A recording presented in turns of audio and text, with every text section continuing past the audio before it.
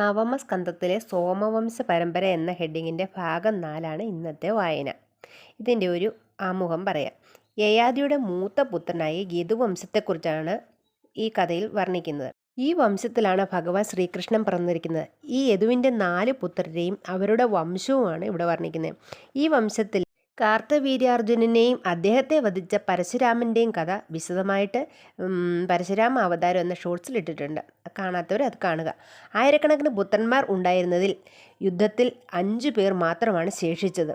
അതിലെ മധുവിന് 100 പുത്രന്മാർ ഉണ്ടായിരുന്നു. അതിൽ ഏറ്റവും ഉത്തമനായ പുത്രനായിരുന്നു വൃഷ്ണി. അതുകൊണ്ട് ആ കുലത്തെ വൃഷ്ണിവംശമെന്നും, മധുവിൻ്റെ വംശമായതിനാൽ മാധവന്മാരെന്നും, യദുവിൻ്റെ വംശമായതിനാൽ യദുവംശമെന്നും വ്യത്യസ്ത നാമങ്ങളിൽ അറിയപ്പെടുന്നുണ്ട്. പിന്നീട് യദുപുത്രനായ ക്രോഷ്ടാവിൻ്റെ തലമുറകളെ പറയുന്നു. അതിൽ ജാമഹൻ എന്ന രാജാവിന് മക്കൾ ഇല്ലായിരുന്നു. ഭാര്യയെ പേടിച്ച് മറ്റാരെയും വിവാഹം കഴിച്ചതുമില്ല. ഒരു ദിവസം ശത്രുക്കളോട് യുദ്ധം ജയിച്ച് വരുന്നതിനിടയിൽ അവിടെ കണ്ട ഒരു കന്യയെ തേരിലേറ്റിക്കൊണ്ട് പോരുന്നു. ഇത് കണ്ട ഭാര്യ കോപത്തോട് ചോദിക്കുന്നു, എൻ്റെ സ്ഥാനത്ത് ആരെയാണ് ഈ കാണുന്നത്? ജാമഹൻ പെട്ടെന്ന് പേടിച്ച് പരിഭ്രമിച്ചിട്ട് പറയുന്നു, അത് നിന്റെ പുത്രഭാര്യയാണ്. ഇത് കേട്ട ഭാര്യ ചിരിച്ചുകൊണ്ട് ചോദിച്ചു, അതിന് നമുക്ക് പുത്രൻ എവിടെ?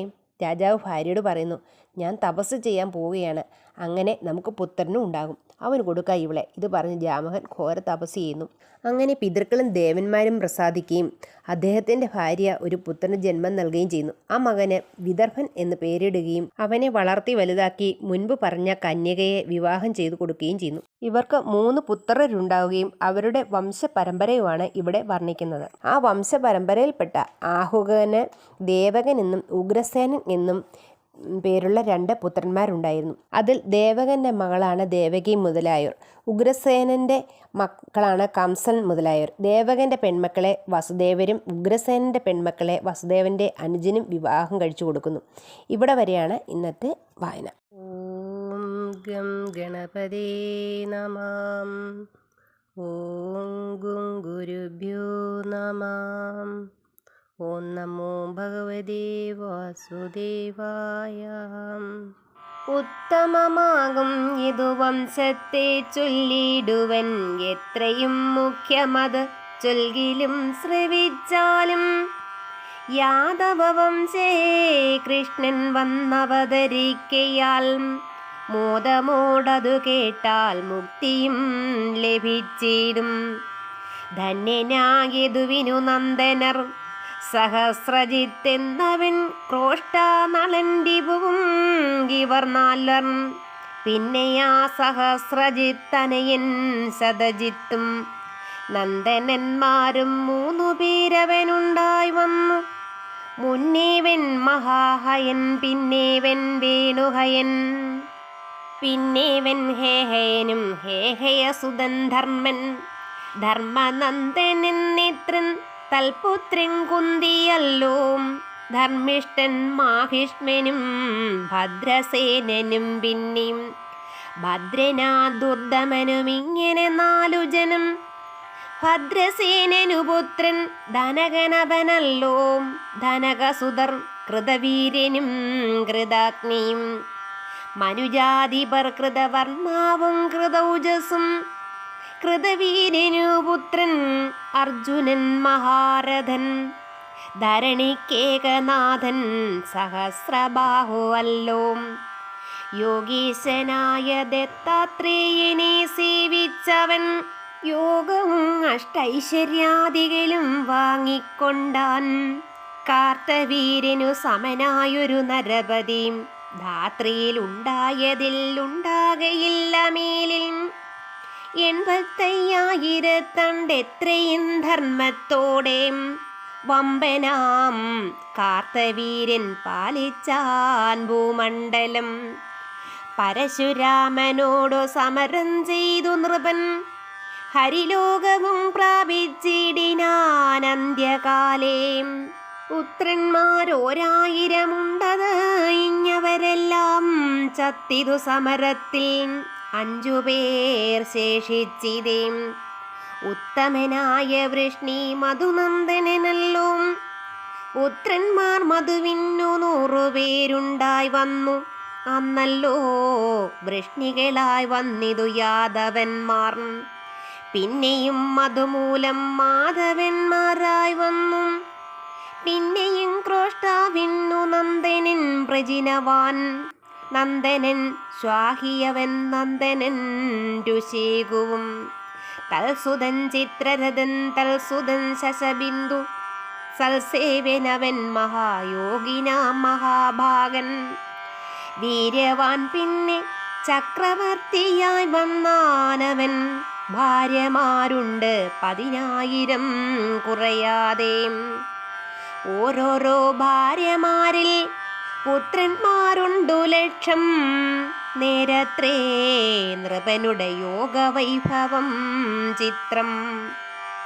പുത്രരിൽ പ്രധാനികൾ 6 പേരതിൽ ജ്യേഷ്ഠൻ. ഉത്തമൻ ഋതുസ്രവസ് അവനു പുത്രൻ ധർമ്മൻ. ധർമ്മനാ നൃപൻ 100 ഹയമേധങ്ങൾ ചെയ്താൻ. ധർമ്മനന്ദനല്ലോ രുചകനെന്ന നൃപൻ. പരിചോടവൻ 5 പുത്രന്മാരുണ്ടായി വന്നു. പുരുജിത് രുക്മിൻ പൃഥു രുക്മിഷു ജാമകന്മാർ.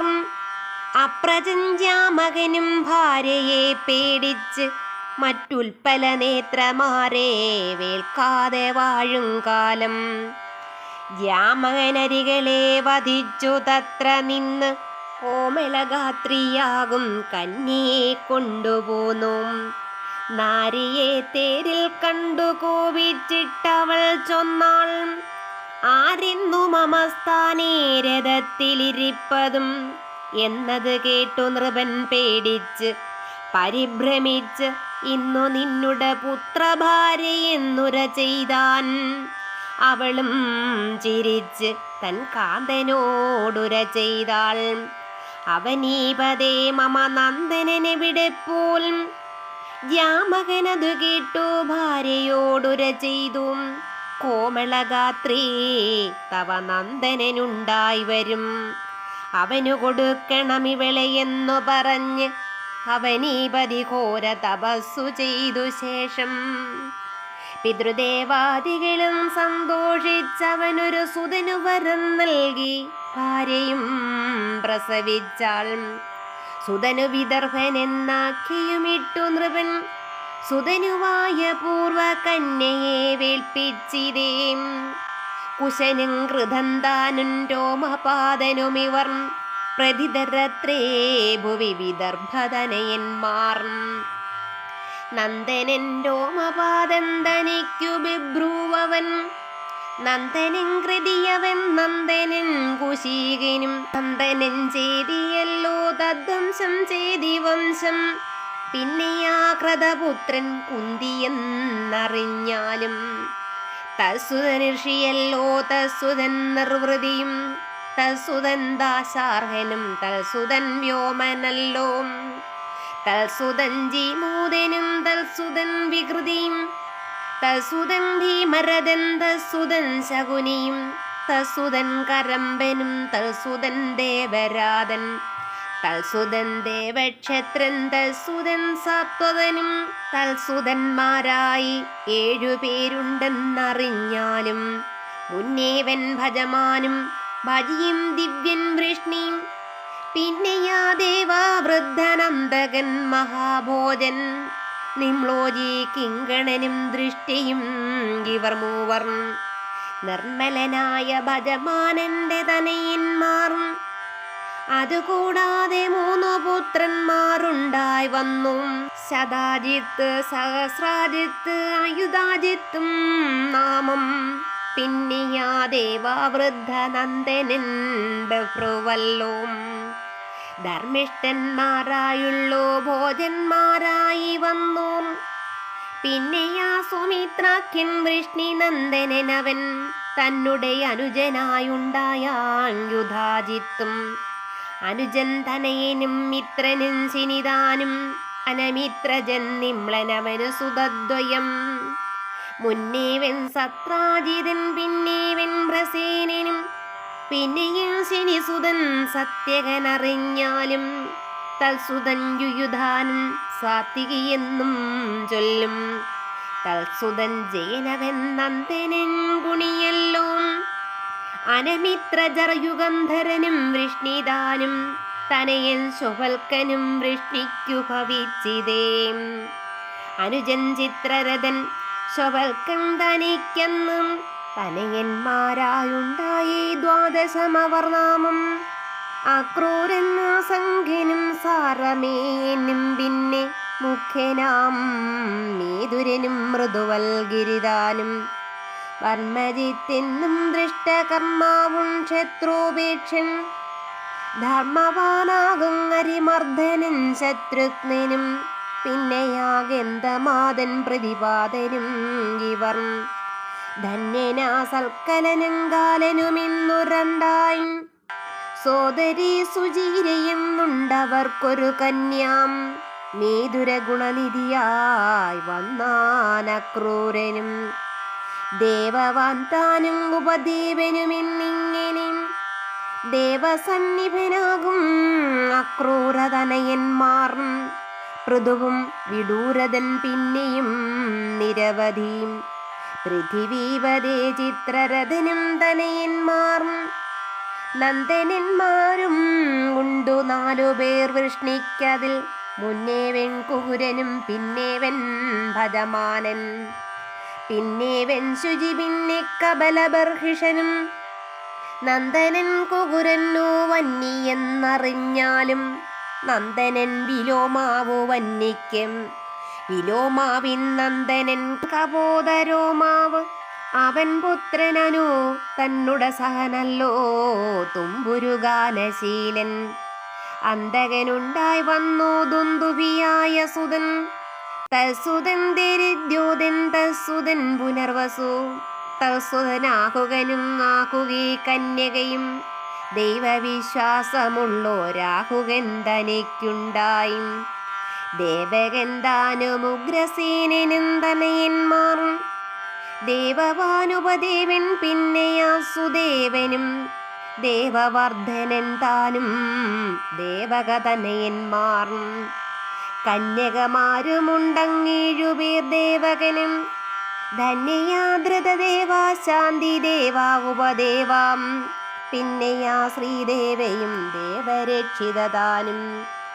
ധന്യയാ സഹദേവദേവകിയൊടുക്കത്തും ഉത്തമൻ വസുദേവർ വീട്ടിതങ്ങവർകളെ. പുത്രന്മാരുഗ്രസേനൻ 9 പേരുണ്ടല്ലോ. മുന്നേവൻ കംസൻ സുനാമാഖ്യനും നിഗ്രോധനും പിന്നെ കങ്കനും ശങ്കുസുഹുവും രാഷ്ട്രപാലൻ. പിന്നേവൻ സൃഷ്ടിയല്ലോ തുഷ്ടിമാനെന്നും പിന്നെയും കന്യകമാരും ഉഗ്രസേനനുണ്ടഞ്ചു ജനം. മുന്നേവൽ കംസവതി കംസയും കങ്കദാനും പിന്നേവൾ ശൂരഭ്രവും രാഷ്ട്രപാലികദാനും വീട്ടിതങ്ങവർകളെ വസുദേവാനുജന്മാർ.